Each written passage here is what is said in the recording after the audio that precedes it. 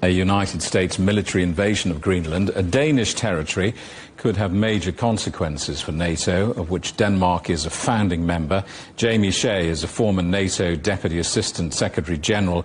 Jamie, welcome back. We'll talk about Greenland in just a moment, but at the risk of putting you on the spot, I just want your reaction on the US forces reported to have seized this Russian-flagged oil tanker in the North Atlantic. Yes, absolutely. Well, the United States has made it clear that it wants to clamp down on Venezuela's oil traffic. It's been doing this, of course, off the coast of Venezuela, but it's not surprising that the United States should now go further into the Atlantic. It's interesting that this is a tanker which has just in recent days been reflagged under Russian ownership, and the Russians have apparently not only sent a submarine, but some vessels to escort it. So it's going to be very interesting, Jamie, to see how Moscow reacts as a result of this US seizure. And if it sort of makes relations between Moscow and Washington worse at a time, of course, when the Europeans are very much hoping that Trump will swing back behind Ukraine and a Ukraine-US peace plan that was discussed yesterday in Paris, and be prepared to put more pressure on Putin. So I think it's very interesting, not so much from the Venezuelan aspect, but from the aspect of future US-Russia relations. Let's talk about Greenland. When United States officials say military action over Greenland is always an option, is that a serious strategy, or is that just rhetoric?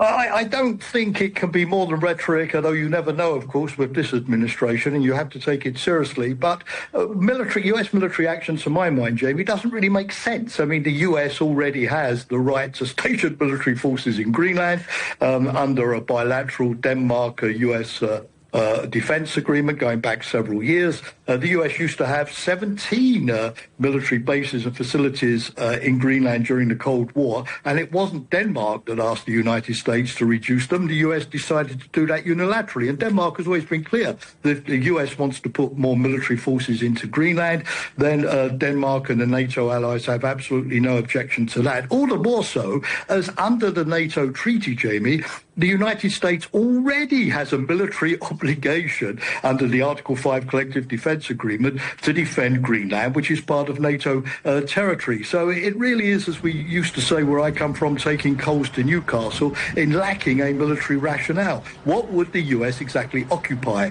Greenland is 80% ice, and we're not talking about Venezuela, where you need military forces to get rid of a dictator or to clamp down on a drug gang. Greenland is part of the NATO alliance and poses absolutely no military threat to the US, which would justify military action. I guess unpredictability is the new predictability. Does the Venezuela action change how Europe should read US intentions in the Arctic? Well, it has done already, as you can see from the quite vigorous reaction, the statement signed by many European leaders in support of Denmark, in support of Danish sovereignty, asking international law to be upheld, which was issued from Paris yesterday. So certainly the tone of urgency, even alarm, in European capitals has gone up. Another statement by the Nordics, nothing can be ruled out. But I think it also will prompt the Europeans in the next few days to offer Trump alternative scenarios. I mean, we've had Secretary of State Rubio say that the US is not preparing a military option but would like to buy Greenland. Your correspondent referred to that earlier. And the Europeans can come forward with proposals of their own for joint US-European investments in Greenland, for greater European participation in Greenland's defense. After all, Jamie, the US is always saying to the Europeans that you must do more for our common defense. And so Europe can put Trump on the spot by saying, fine, Mr. Trump, we'll be prepared to do that by helping you share responsibility for the defense of Greenland, and we'll show that we're carrying more of the common burden. So there are counter-strategies which the Europeans can deploy and need to deploy in coming days. You were a NATO man. What does all of this mean for the future of NATO? Well, it's obviously not good news.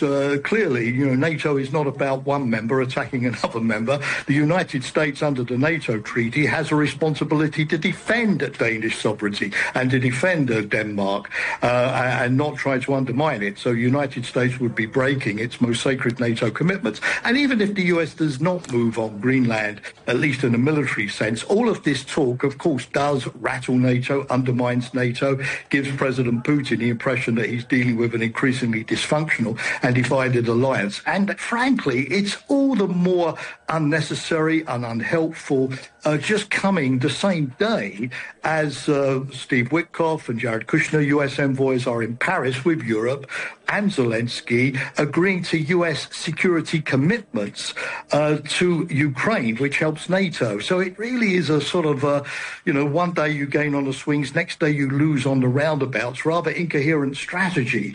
Let's hope that the Paris meeting, where the US and Europe are working together, prevails over all of this unhelpful rhetoric about military actions against Greenland. Jamie, good to see you. Jamie Shea, former NATO Deputy Assistant Secretary General.